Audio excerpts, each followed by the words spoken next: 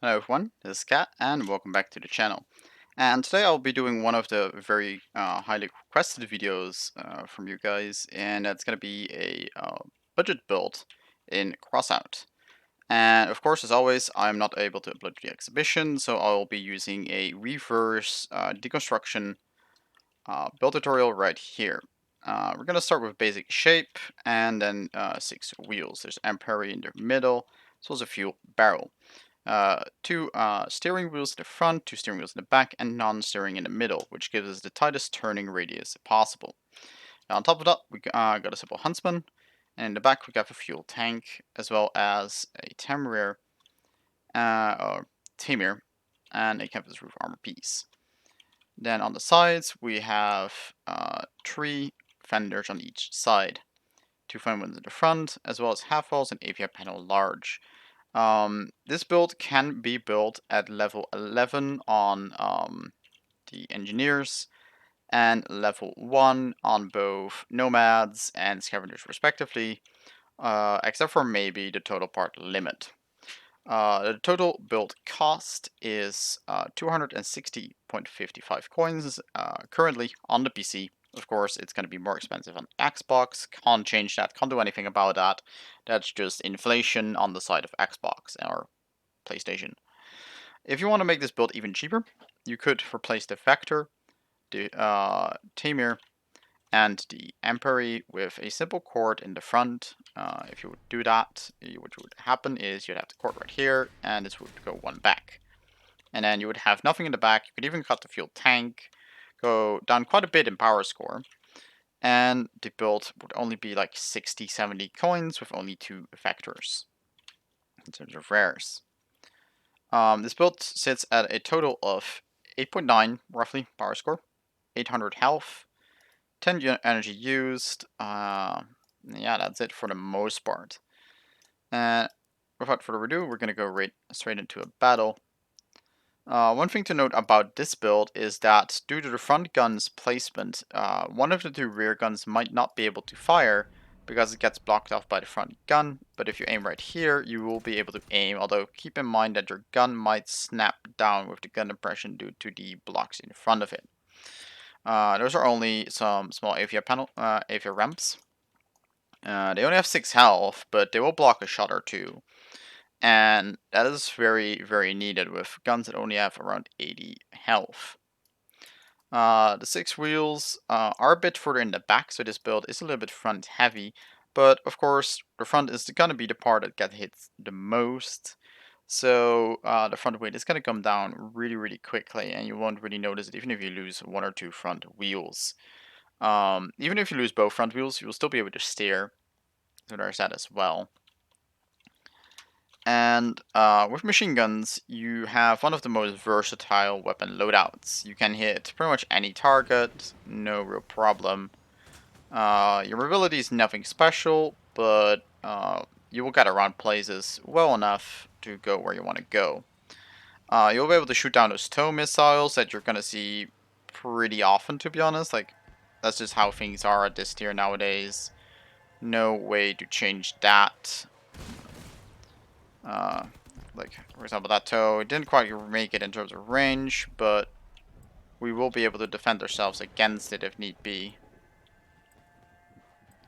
There we see a tow. Boom, there we go. This time I hit it. You don't always hit them at that range, but if you do, there you go. So, we'll be able to tap fire at very long distances, get some damage in, and try to aim for the guns. And I think I actually already got the guns, so I'm just gonna go all out, killing our target. This is of course only an AI. AIs are pretty simple, not very hard to beat, because they aim for your cabin and not for your guns. Players, however, are not that simple. They will in fact aim for your guns, and these guns are not the tankiest, not even nearly its tankiest. Last target seems to be on A, so that's where we're gonna go. You can see the mobility is decently enough to get you around places, despite not being something super amazing. There he is. We're gonna see if we can help him a little bit before he dies, because we will win in a 4v1. There we go. I actually got the kill there. So that is the average performance this build will have, roughly based on the testings I've done so far. If you have a team that sticks together, works together somewhat, and overall just does their job. While you can defend yourself, you will never be able to go into 2v1. No matter what you do, 2v1s, you won't win, because the enemy will just inherently have more firepower than you have, and there's nothing really that can change something like that.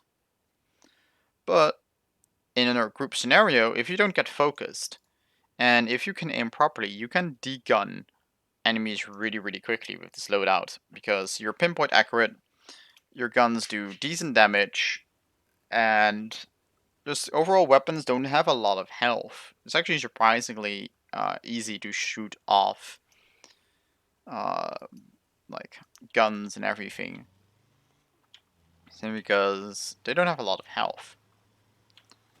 So you just have to make sure you can aim, and there you go. What we're gonna do is gonna scout just a little bit, see if we can see anyone that moves, and maybe get some chip damage in. Well, we're also spotted, and here you can see even at a single hit, we do 8 damage, which is just not bad overall.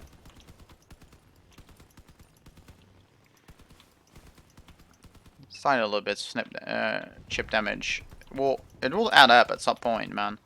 So what we're gonna do is we're gonna go to the right here and see if we can back up our teammate over here. And looks like we can.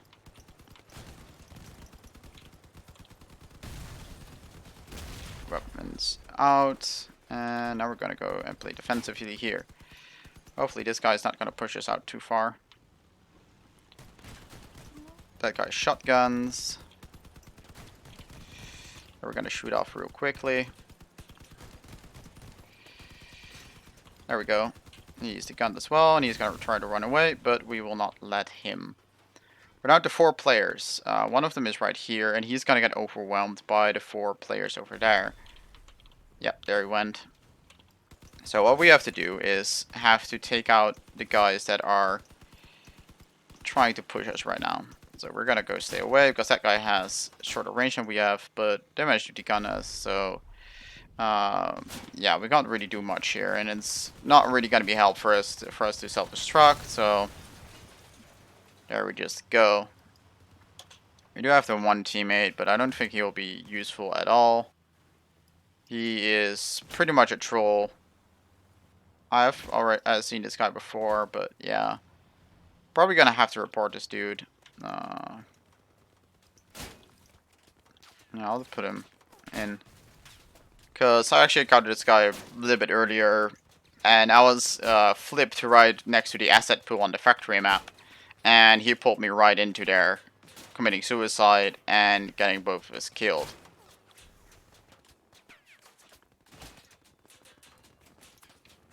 So yeah, I'm not gonna stay around for that. Yeah, as you can see, this thing, even if it does die to a bad team, you generally can still get a kill or two. And that's what this thing is all about. Like, not amazing, dominating performance. It just, you carry your own weight.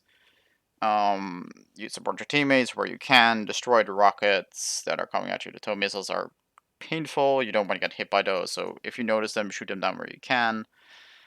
And aim for the guns. Tap fire, don't fire very fast. The cooler helps with that. You could also put in a radiator if you really wanted to. In that case, you wouldn't lose much performance on tap fire. But if you got really close by, you would be able to deliver a large burst of damage by holding down your mouse button. So that's also definitely a thing. Even though that burst of damage is very inaccurate, it will be able to damage a cabin quite a bit. So that said, I hope you guys enjoyed watching this video. Please support me by just commenting, liking, subscribing, whatever. YouTube hasn't been the greatest lately. Crossout hasn't been the greatest lately in terms of views or whatever.